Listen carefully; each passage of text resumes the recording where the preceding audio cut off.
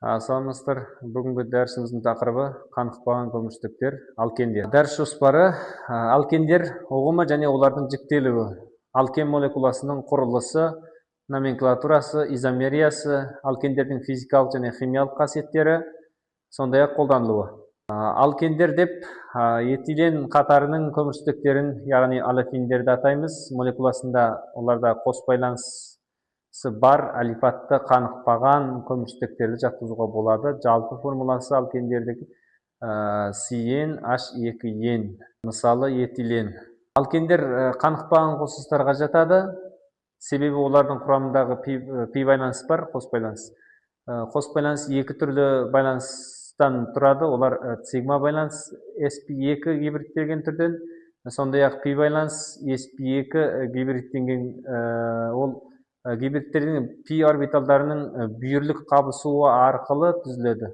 Қос байланыстың қатысатын көміртек атомы sp2 гибридтелген күйінде болады. Олар бір жазықтықта орналасқан 3 sp2 орбитал түзеді. Байланыс бұрышы 120 градус. Жазықтыққа перпендикуляр болғандықтан бір-бірімен пи орбиталға ие болады. Алкендердің номенклатурасы, алкен атауы алкандар атауынан ан жұрнағын, яғни ен жұрнағына ауыстыру арқылы аталады. Яғни этанды біз этен деп атасақ, пропанды біз пропен деп атаған сияқты. Негізгі тізбек міндетті түрде қос байланыс қамтуы тиіс. Көміртек қос байланысқа ең жақын шеттен басталады нөмірлеген кезде. Яғни сол қос байланыстың орны санмен көрсетіледі. Яғни мына мысалда көрсетілген бізде 5-ші метил, 3-ші профил, гексен, сосын қос байланыстың орны 2 деп көрсетіледі. Тривиалдық атауларға, мысалы, етилен, профилен, бутилен, изобутилен деп аталса, радикалдар бойынша оларды винил радикал дейміз етилендікен. Пропенмен түзілген радикалды аллил радикал дейміз. Алкендердің изомериясы. Алкендер құрылымдық және кеңістік изомерия түрлерін көрсетеді. Мысалы, S4H10 формуласындағы алкен 2 изомерия болса, S4H8 формуласындағы қосылыстар 6 изомер болады. 4 алкен түзу және тармақталған тізбектер болса, 2 циклоалкан түрінде болады. Бұл қос байланыстың болуы изомерлер санының артуына себеп болатынын көрсетеді. Құрылымдық изомериясы, көміртек қаңқасының изомериясы, яғни пропендікі жаңағыдай қос байланыстың орналасу ретіне байланысты, яғни бутен 1, сосын екінші метил пропен деп атаймыз. Сосын екінші қос байланыстың орнына байланысты изомериясына келсек, бұл жердегі жаңағындай цис және транс изомерлер жүреді. Класс аралық изомериялар жаңағындай циклобутан және метил циклопропан деген сияқты. Кеңістік изомериясы оптикалық изомерия. Егер алкен молекуласында 4 түрлі орынбасарлармен байланысқан sp3 гибридтелген көміртек атом болса, ол хиралды орталық болып табылады. Мұндай молекула бір-біріне айна бейнесі болатын 2 оптикалық изомер түрінде кездеседі. Мысалы, 3-ші метил пентен 1 және 2. Сондай-ақ конформациялық изомериясы болады. Сигма байланыс айналасында еркін айналу нәтижесінде пайда болатын изомерия құбылысы. Яғни олар sp2 және sp3 гибридтерінің өзара ауысуымен пайда болады. Алкендердің физикалық қасиеттері етен, бутен, бұлар газ тәрізді заттар, көміртек 2-ден 4-ке дейін. Көміртек 5-тен 17-ге дейін сұйық заттар, және 18-ден одан жоғары қатты заттар болып келеді. Суда жақсы ерімейді. Органикалық еткіштерде олар органикалық қосылыс болғандықтан себеп жақсы ериді. Алкендердің химиялық қасиеттері көміртек қос байланысына байланысты, олар сигма және пи байланыстан тұрады. Сондай қосылу реакциялары пи байланысы арқылы жүзеге асады. Және көміртек сутек sp2 байланысы арқылы байланысқандықтан берік болғандықтан сутектік орын басу реакциялары сирек жүреді.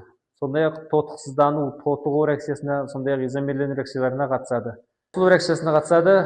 Бұлар мысалы этилен тұз қышқылымен қосылу арқылы хлорлы орын басқан реакциялар, яғни гидрогалогендеу пен галогенді қосылыстар түзеді. Сондай ақ сумен орын басу, сумен қосылу реакциясына кірісу арқылы гидратация жүреді.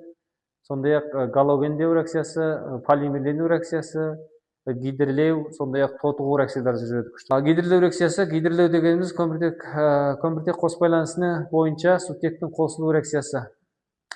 Нәтижесінде алкандар түзеді. Реакция қыздыру кезінде платина, палладий және никель катализатордың әсерінде жүреді. Яғни пропеннен біз гидрлеу арқылы пропан аламыз. Гидрлеу алкандардың гидрлену реакциясына кері процесс болып табылады. Le Chatelet принцибіне сәйкес қысымды арттыру реакция жылдамдығын жоғарылатады, себебі жүйенің көлемі азаяды, сутекті қосылуы көміртек атомдарының тотығу дәрежесін төмендетеді.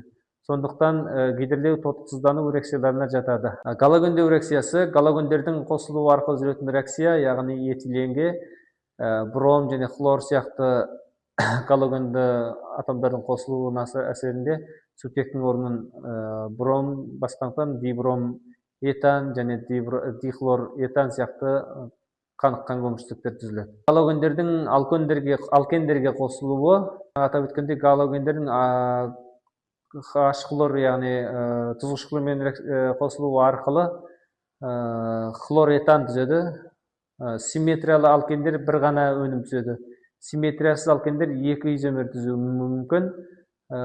Марковников ережесі бойынша сутек атомы сутегі саны көп көмірсутекке қарай қосылады. Гидратация реакциясы қос байланысы бар, олар сумен қосылу арқылы қосылу нәтижесінде спирттер түзеді. Гидратация реакциясы минералды қышқылдардың қатысында электрофилді қосылу механизмі бойынша да жүреді. Алкендердің полимерлену реакциясы немесе димерлену деп атаймыз. Яғни полимерлер дегеніміз төмен молекулалы зат молекулаларының, яғни мономерлерден бірізді қосылу нәтижесінде жоғары молекулалы қосылыс түзетін реакция, яғни N жерде мономердің санын көрсетеді, ал Mn полимердегі мономерлік буынның санын көрсетеді. Полимер молекуласындағы N саны полимерлер дәрежесі деп аталады және ол молекулада қайталанатын буындардың санын көрсетеді. Алкендердің полимерлену реакциясы қос байланыстар бойынша қосылу механизмі арқылы жүреді. Алкендердің тотығу реакцияларына келетін болсақ, олар оттекпен тотығып, калий перманганатының әсерінде сумен қосылу арқылы этилен гликол сияқты спирттерді түзеді. Қышқыл ортада қайнаған кальций перманганаты ерітіндісімен алкендерді тоттықтырғанда қос байланыс толық үзіледі дағы. Бұл жерде сірке қышқылы, сондай ақ алкендердің қолданылуына келетін болсақ, алкендер химия өнеркәсібінде маңызды шикізат болып табылады. Этилен, полиэтилен өндіруде, полиэтилен, яғни тефлон алуда, этил спиртен, ацеталдегидтерді, этилен гликолдерді синтездеуге, сондай ақ жемістердің пісуін жетілдіруде пайдаланылады. Профилен және бутилен спирттер, полимерлер, сондай ақ құрылыс материалдары өндірісінің қолданылады. Ал изобутилен, изооктан және синтетикалық каучук өндіруде қолданылады. Пайдаланған әдебиеттер. Назарларыңызға рахмет.